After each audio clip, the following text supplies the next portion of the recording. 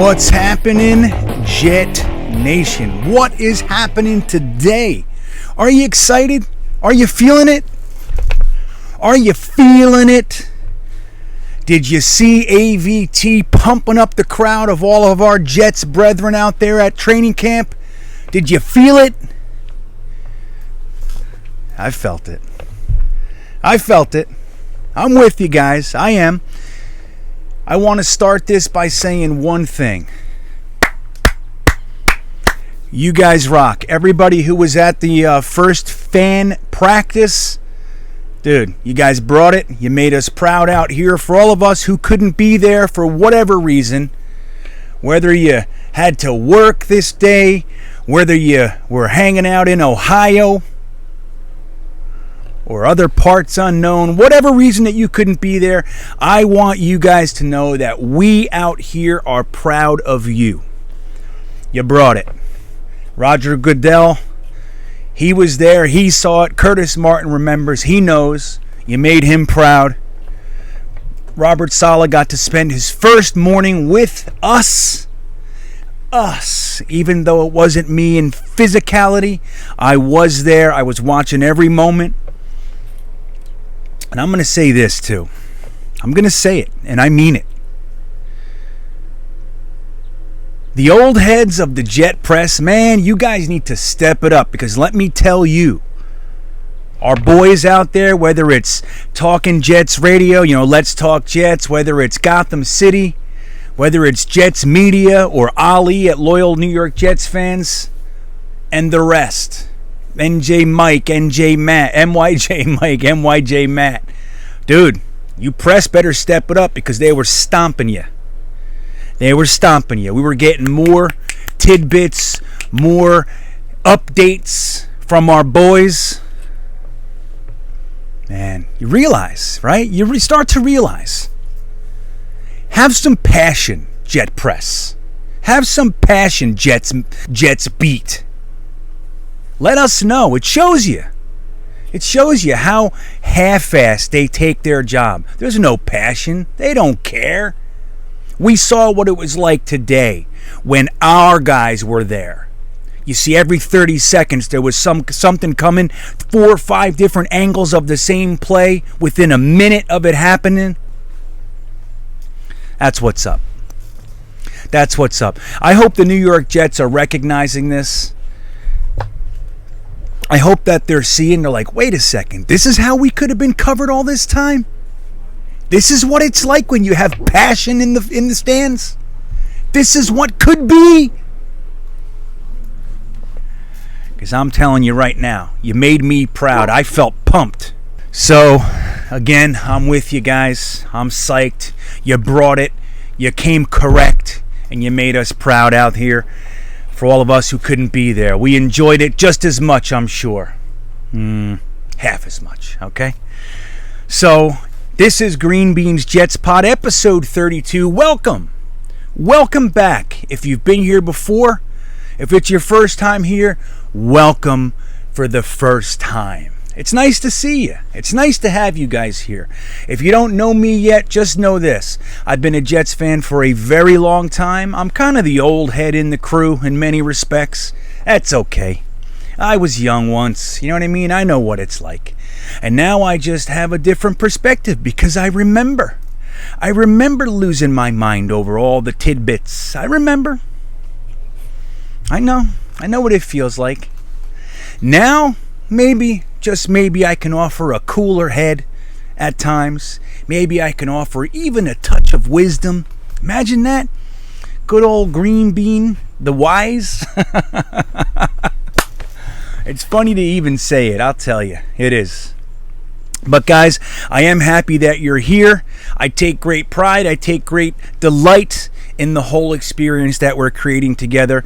So welcome back, and I do appreciate all your support. A couple little bits of house cleaning. Don't forget, you can support this channel. I have begun my Patreon, and we're starting. It's rocking and rolling, man. I got a nice little crew in there of supporters, of patrons, as they're called. There will be a link to my Patreon on the top of this description of this very video. So it'll be right there, nice and easy for you.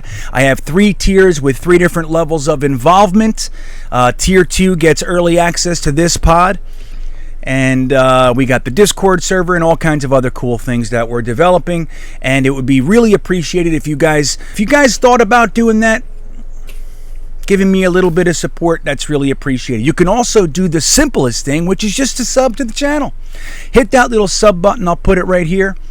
It's a little red rectangle, and you just hit sub and it's over. You never have to think about it again.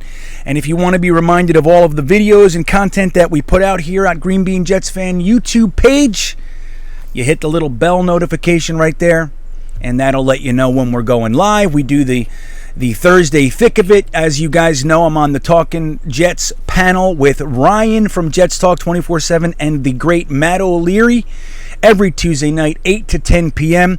And a lot of the times we'll do a Tuesday late night whatever fest following that show where we just kind of wrap up our hang for an hour or so. And you'll be notified whenever we go live and whatever new content comes up on this channel. So that's an interesting one. Don't forget, if that's not enough, if you're not getting enough Jets talk, there is more than you can handle over at Jetnation.com. You just go to Jetnation.com, click on the forums, and you will see what I'm talking about. Articles, videos, podcasts, thousands of threads and posters. Every day there's a few thousand posts added to that forum. It's amazing. I love the guys in there. I love the ownership of Jetnation.com, and I'm proud to be associated with them. You can also follow On the Road with Greenbean on Jetnation's YouTube page. Now, if you really want to get crazy and see what the hell I'm doing out here, why am I in Ohio for these few weeks here? Because I've taken my kids in an RV. I sold it all, and we're intending on riding them all, every roller coaster in the country. And you can follow that journey at Full-Time Coaster Tour on YouTube and fulltimecoastertour.com. So there it is.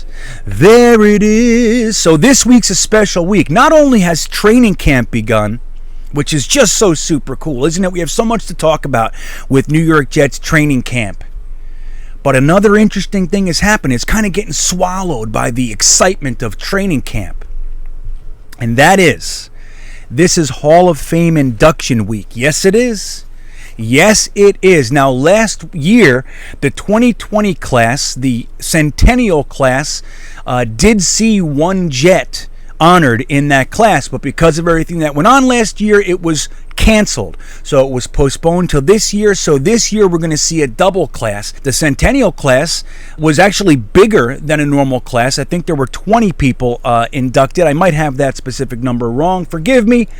But so we have 2020's extra large class and 2021's class, and it just so happens that two New York Jets are going to be in that group. So we have the great Winston Hill, the late great Winston Hill.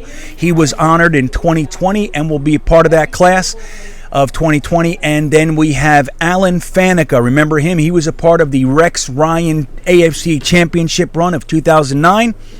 And he is inducted in the 2021 class. So in response to that great news, I, being in Ohio, decided, hey, why don't we contact the Hall of Fame and see if we can't hang out with those folks for a few minutes? And guess what? They said yes. They let me in there, and they gave me really a red carpet welcome, man. It was extra special. I'm putting a full video out on Jetnation YouTube page, and we're going to have all kinds of little tidbits, but I want to show you what that looked like a little bit, man. As you guys know, we have a few guys in the Hall of Fame. We have the great Joe Namath and Don Maynard. We also have Kevin Mawai, Curtis Martin, and then we did a bunch of backdoor guys, kind of like what we're doing with Alan Faneca this year. Guys that their whole career wasn't Jets, or the majority of their career wasn't with the Jets, but they are Jets included. Let's say it that way. Guys like Ed Reed, Art Monk, Ronnie Lott, Jason Taylor, and a host of others. We're in there. We're all over the place. So I show you, I was able to see the bust room, which is just fantastic. They took me on a tour around the entire museum, the entire Hall of Fame. They walked me around and gave me just the most respectful of welcomes and tours. And it was wonderful, man. We got to see Curtis Martin's bust. We got to see the great Kevin Mawai. Remember Kevin Mawai, man, dominating. Kevin Mawai and Curtis Martin happened to be on many of the same teams, so we got to see those guys together. 2 guys from that team ended up in the Hall of Fame, and Kevin Mawai, as we know, was replaced ultimately by Nick Mangold, who's another candidate of being included into the Hall of Fame at some point, also along with D'Brickashaw Ferguson, who many don't know. This was his first year of eligibility. D'Brickashaw Ferguson, our 10-year left tackle, only missed 1 snap, I think it was, in 10 years. He made it past the initial round of voting this year, so that's a pretty good indicator that they are aware of his greatness. He only had a few Pro Bowls, I believe, 3 or 4, but he was a great player. Again, proving longevity and availability are equally important as your talent, man. There's some really talented guys that sit on the bench all the time. What good is that? So D'Brickashaw Ferguson was a rock for us for a long time. One of the golden nuggets of the Hall of Fame, and this is something kind of new, they've developed this hologram show. You walk into an NFL locker room and there's lots of greats there, you know, like you'll see Joe Montana and just so many different lockers, right? John Randall and a bunch of other guys. And then in the front, out of nowhere, walks a hologram of guess who? Broadway Joe Namath. He's the host. Broadway Joe Namath. And then they go through a few players and they tell their stories of how they, where they came from and how they worked hard and everything to become Hall of Famers. And then the last one of those players happened to be none other than Curtis Martin. So the way I saw it, man, it was like watching the New York Jets show in there. That's how I saw it. There was more than enough New York Jets included in that one highlight of the Hall of Fame for me to feel very, very proud. And guys, if you haven't ever made it over to the Canton Hall of Fame, I highly recommend it. It's beautiful. Outside, they have a field out there, and my son and I got to throw some passes on the Hall of Fame field, which is super cool. That was a blast indeed. Let's break away from the Hall of Fame for a minute if we can, and let's talk about a few of the happenings this week. Remember, it seems like years ago, remember what it felt like for those less than 48 hours that Zach Wilson wasn't signed during training camp? Remember that? Remember how most people lost their minds? Remember that? Well, that's in the past. Zach Wilson already has a couple of training camp practices under his belt. The fans are there. They love him. He's throwing the ball 50 yards in the air with effortlessly.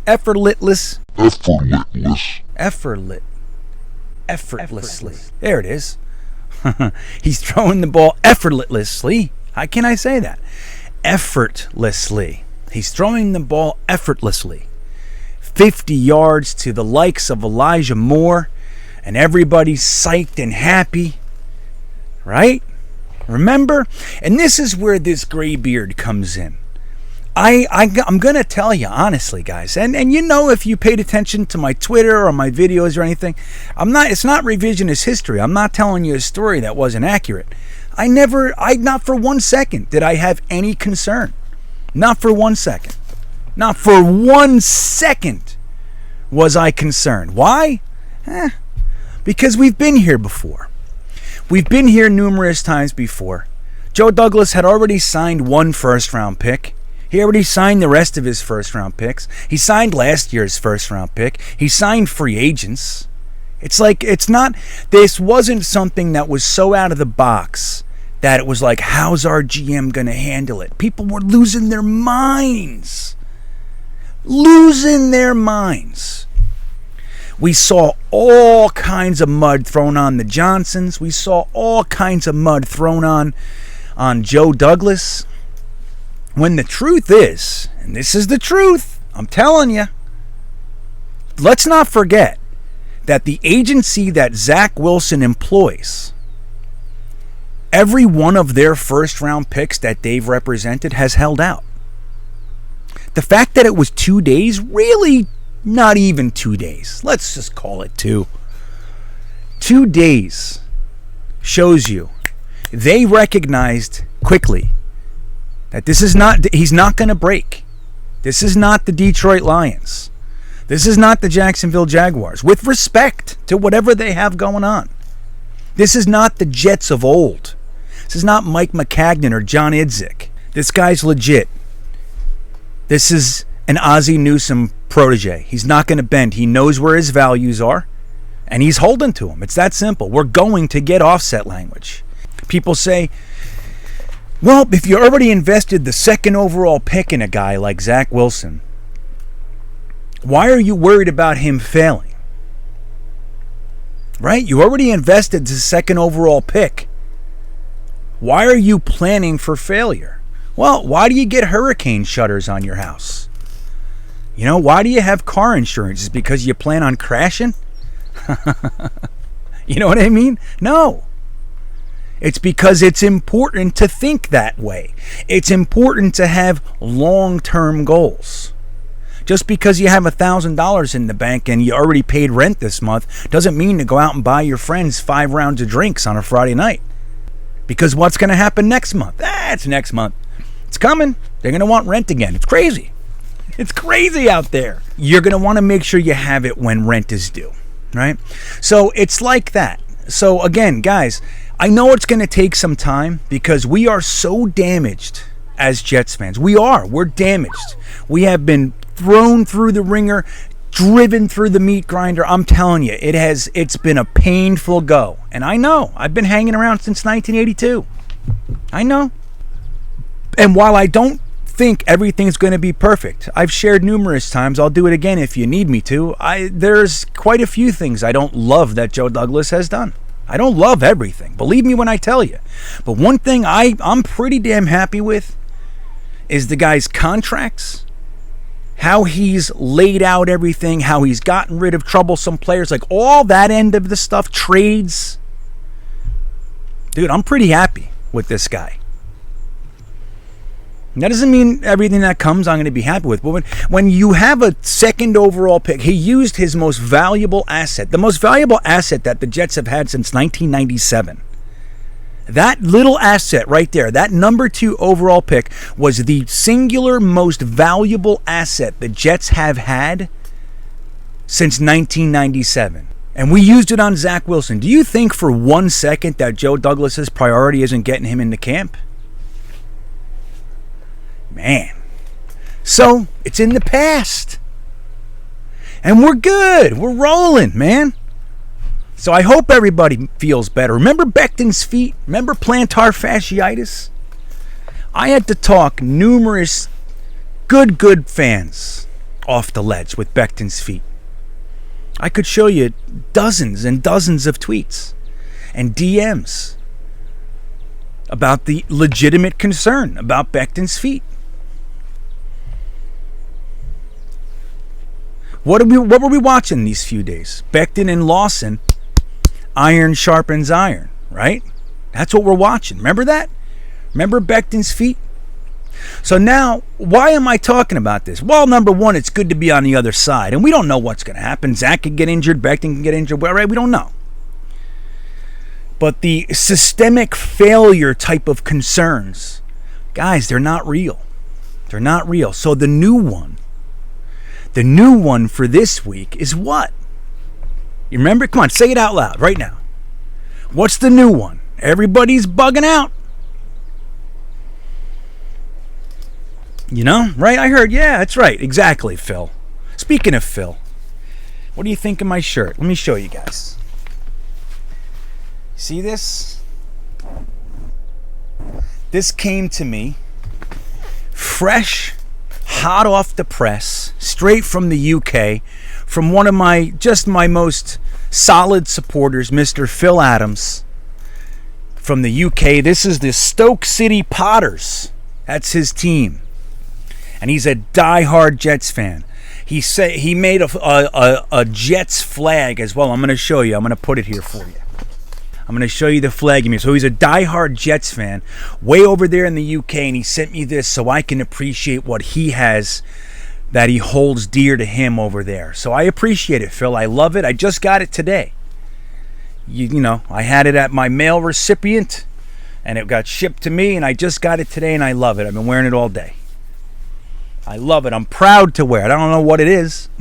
But I know you like it. And that's why I like it. You know what I'm saying, man? So I heard a few of you guys say the answer. The answer is Denzel Mims. Denzel Mims. I saw an article today. It just was released an hour ago. It said that Denzel Mims is rapidly sliding down the depth chart.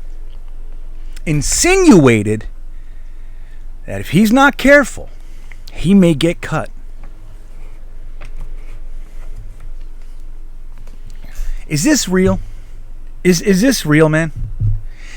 Is it real? Like, are we really that concerned about Denzel Mims because this coaching staff, number one, is making him earn it. Number two, is having a rotation. I saw a pass today. I think Zach Wilson was with the twos, but I saw a pass from Zach Wilson to Denzel Mims. The route was crisp. Zach Wilson was rolling out. Denzel Mims came back to the ball on a back shoulder. Looked good to me. Guys, we have a 6'3", 4.38 speed wide receiver who is as clutch gets in college. Now, guys are great in college and bust in the NFL, so it's still possible. But we saw the kid on the field in the NFL last year. We saw him making acrobatic catches. We saw him leaving guys behind him. We saw him breaking tackles. We saw him blocking on touchdowns. What is it? What is it with Denzel Mims? Sure. Would you rather see him just lighten it up, kind of like Elijah Moore? Yeah, sure. But guys, there's nothing wrong here. They're making him earn it. And I think that's the best damn thing you can do with these young receivers. You make them earn it. And even if he is a reserve this year and it takes another year to get into the starting lineup, fine. It just so happens that we have guys in place that are good enough. Corey Davis, Jamison Crowder, Keelan Cole, Elijah Moore. We have depth in our receiver room. So it's not an emergency. This is what you want, man. You want to have a situation that is such that we don't need to take a guy and force feed him into the lineup when he's not ready for whatever the reason. I'm sure if we needed him, he's going to be fine. But it's a funny thing, and I talk about Becton's feet, I talk about the Zach Wilson contract, only to remind you that Denzel Mims playing with the threes and playing with the twos, it's nothing. It doesn't mean a thing. He's not getting cut. I'm telling you. I am telling you right now, Denzel Mims is not getting cut this year. It's not happening. Do I have any inside track information? No. I'm just telling you because I have common sense. The guy's a damn good receiver. One of my favorite in the draft last year. 2 years ago now. Loved him. Loved him coming out. Loved what he did last year. Didn't love the injury. Come on. No, we didn't like that. I would much rather have seen him the whole season. But let me tell you something. He proved, without a doubt, that he can play in the NFL. No doubt in my mind. And the coaches know that too. Guess what? They're making you earn it. If you want to show up, guess what? Keelan Cole's here to play. Guess what? Jamison Crowder's here to play. Guess what? Corey Davis is here to play. Elijah Moore is here to play. If you want to break into that lineup, man, you need to bust your ass. And one day of busting your ass ain't going to cut it. We want to see you do it. So my good friends, don't let this week's stressor get you going. Don't let it happen. Don't let them do it to you. Remember the report? This is so funny. I wish I remembered who put it out there. Maybe Ralph Vacchiano, who I like. I happen to like him. But one of these guys, they with the Zach Wilson contract thing, they literally said, my source is saying this could go as long as 2 weeks, or it could be done in a day. You know what that's called? It's called covering your bases.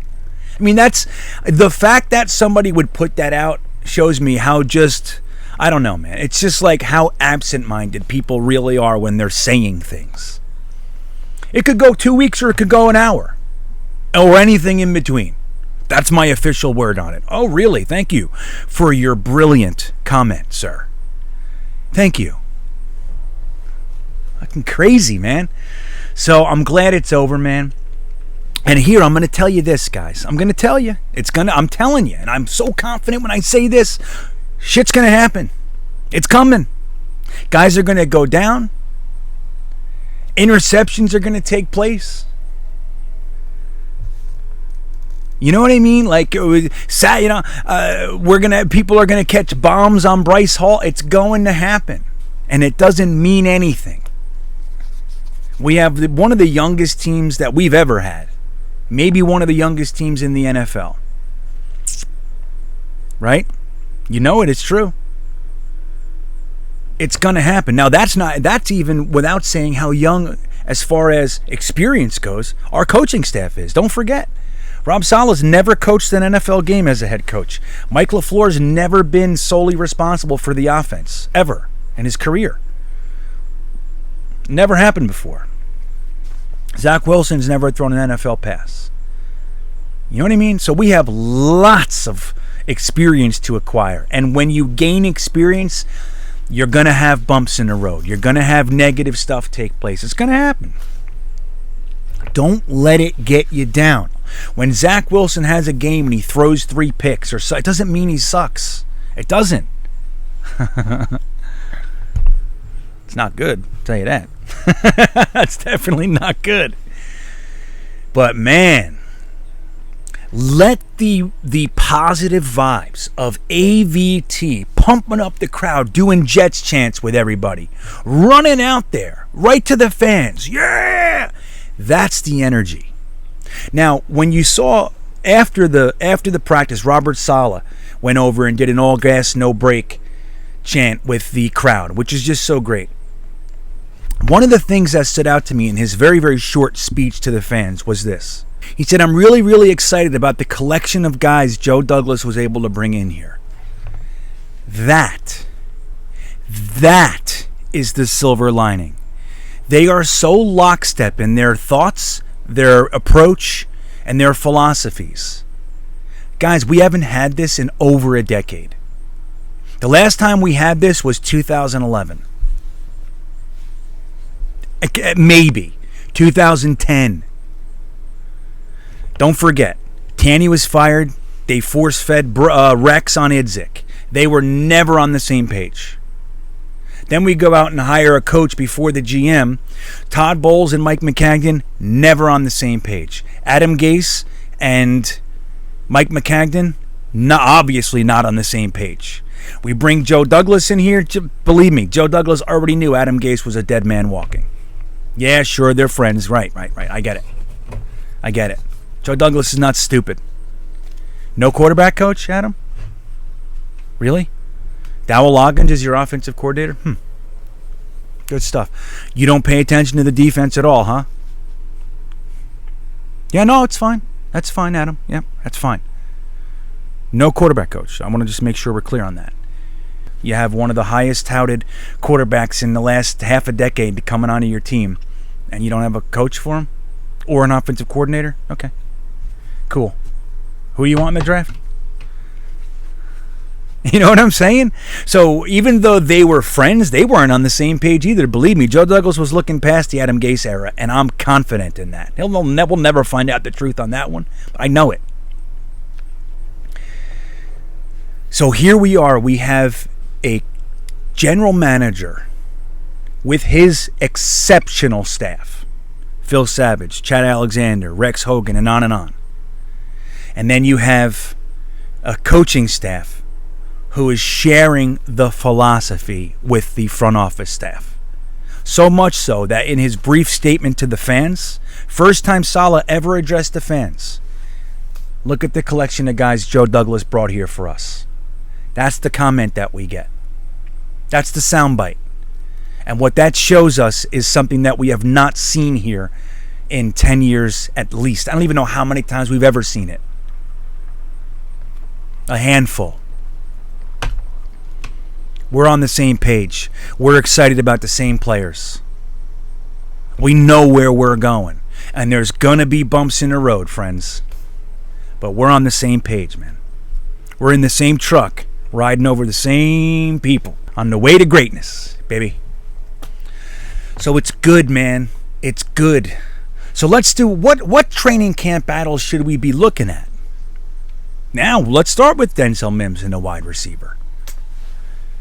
The rest of the wide receiver room is pretty good, and we're not used to that around here either. Just a year ago, we had Brashad Perryman, Doxson, Chris Hogan. You know what I mean? Denzel Mims was hobbled. Doxson decides to opt out. Crazy. Vincent Smith, Jeff Smith. Now Vincent Smith and Jeff Smith are the bottom of the roster. So what are we looking at here? We're looking at a collection of guys who know how to play the game of football and are top tier, and they're fighting with each other. They're in a camp battle. It's worthy of keeping our eyes on. There's a rotation going on here, guys. There's a rotation. They're checking out different players and different schemes and different quarterbacks and different positions, different sets. That's what we're watching.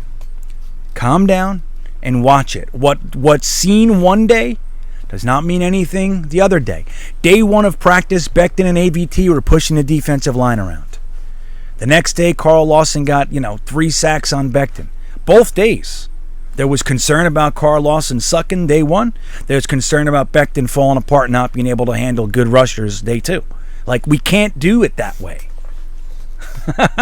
It's not going to work that way.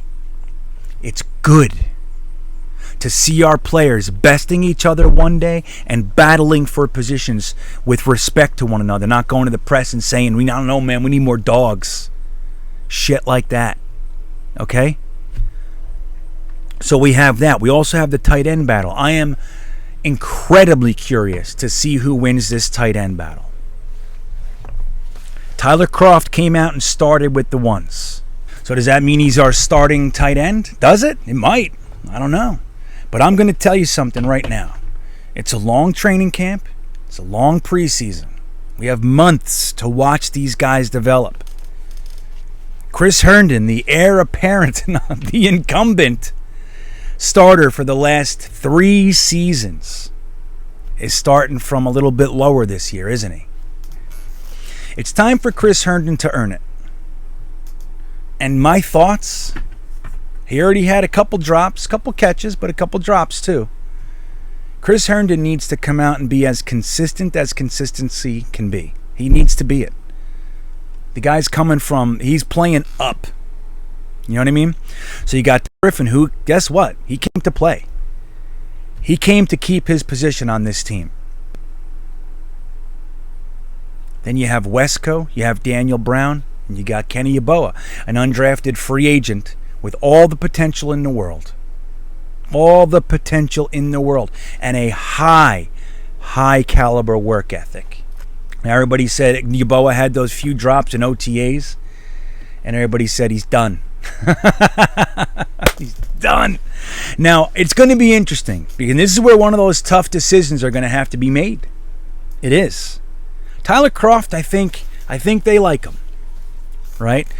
He was a pretty, a very under the radar free agent sign. Everybody's like, boo. Patriots are signing everybody, and then we signed Tyler Kroft, and everybody was like, boo. This is terrible. But I think there's more to that signing than we think, than we realize. The main component of this offense is going to be our running game. It's going to loosen up everything. We have the offensive line to do it, as long as they gel. And then the tight ends, they're going to need to have their hands, of course, but it's really going to be about the blocking, in my opinion. And Tyler Kroft has a leg up on that, especially on guys like Herndon and Yeboah. Ryan Griffin's an adequate blocker. Daniel Brown is also a decent blocker. Wesco is a ferocious blocker. But it's going to be interesting to see what happens with Wesco if they're utilizing him more as a fullback, and we'll see how that goes.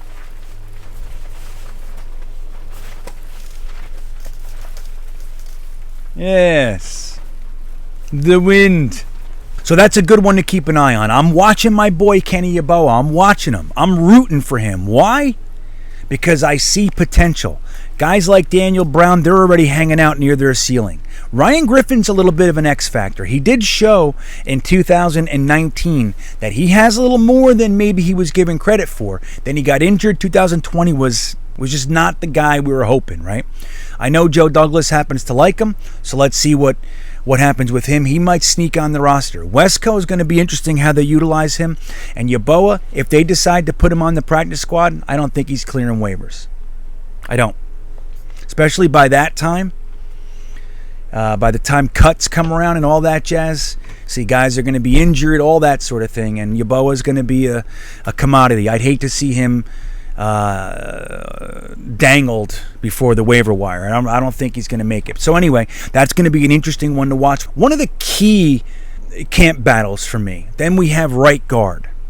Right now, Greg Van Roten, a lot of us said, I would imagine Greg Van Roten has the leg up on the rest of the crew. Cam Clark, Alex Lewis, and some others, right? So I really feel like it's Greg Van Roten's job to lose.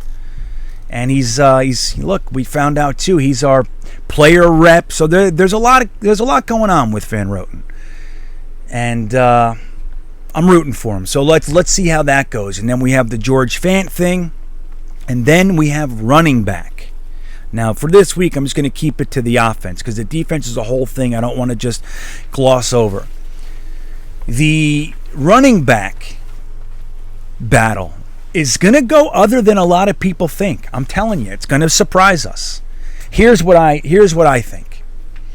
Michael Carter's fun to watch.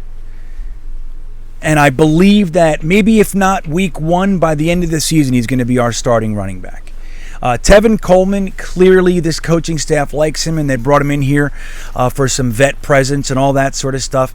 But I'm really keeping an eye on his health, see how many days he doesn't get on the practice field because of injury and all that sort of stuff. We'll see. We'll keep an eye. And I'm going to tell you right now, this guy's going to push 1 or 2 people off the roster, and that's my good friend, LaMichael Pirine. Yeah. People were writing him off, saying he doesn't fit in the offense. Which I don't see. He's a north-south runner. He hits the hole. That's what this offense wants. So I don't really get it. LaMichael Pirine has more speed than people give him credit for. He has more burst than people give him credit for, and he also has he knows how to get yards, and it's that simple. He's not flashy. He's not going to be juking everybody and running 80 yards. It's not his game. But I think LaMichael Pirine is already showing in camp that he's not here to just fizzle out into nothingness. And I think he's going to push a couple guys off the team. That's my feeling. I know a lot of people are rooting for Ty Johnson, as am I. So I think it's between him and Josh Adams. So it's going to be interesting to watch. And then we'll see how the Wesco thing factors into the running back room in the same way that see how Wesco factors into the tight end group. These are interesting battles. I implore you to keep an eye on this stuff and not what the Jet beat is telling you about these guys. Dig. Try to find out what's going on with these fellas. And I can't wait to watch the green and white scrimmage. I can't wait to watch some preseason games and see what's going on with these boys. Because let me tell you, I think we have a lot of potential in the running back room. Again, it all boils down to our offensive line. But the running back room and the tight ends and the wide receivers, guys, we are going to have to make tough decisions. And that's for the first time in a long time. My real belief is this. I don't like the idea that a guy like Josh Adams, Ty Johnson, or even LaMichael Pirine are going to get pushed off the team by the likes of Tevin Coleman. I hate it. I don't like it. Now, if one of those guys comes out and lays a complete dud, okay, fine. But I don't think that's going to happen. I happen to like Josh Adams a whole bunch. I like Ty Johnson. I actually like Josh Adams more than Ty Johnson, but that's a whole other story. But I'd hate to see one of these young guys with potential to grow and develop be pushed off the team by a guy who's more than likely only going to be here this year. Now the Jets might be thinking, hey, I got 11 draft picks next year. If Josh Adams or Ty Johnson doesn't make it, I'll use a 4th next year on another running back. It doesn't matter. I'm keeping young legs on the team. I get it. And if that's what they want to do, that's what they want to do. But I'm going to tell you right now, I'd rather go into the season with a running back room that looks like Michael Carter, Michael Pirine, Ty Johnson, and Josh Adams than any other variation that we have here. So, guys, it's exciting times. My friends, I beg you not to go to pieces. Don't let it get to you. We're going to learn to respect and trust our general manager. We're going to see it. We're going to learn. If we look at his lineage, and since he's been here, what he's been able to accomplish in a mere 2 years, he's earned it. Let's start trusting the guy. And when you look at a situation like a holdout, let's look at the agency. Let's look at the source. Everybody's saying the Johnsons are making Joe Douglas do X, Y, and Z. But if you really look at it, every single first-round pick that by William Morris agency has held out. Some for as long as 2 weeks over offset language and all that jazz. At the end of the day, Joe Douglas got what he wanted. That's right. He won. He dangled the bonus up front. Great. That was always on the table. You keep something back so you can give it later and get the thing you really want. And that's what we saw. He got it done in 48 hours. And I'm proud of him. I'm proud that he's our GM, and I'm happy with what's going on. Now, it's really going to boil down to whether or not these guys can coach. We all like the potential, but that's what's going on. The players we've collected, I think we have a nice core. We have a nice foundation to have some fun this year. Have some competitive football. Let's see if they can coach. One last thing. You guys torn up.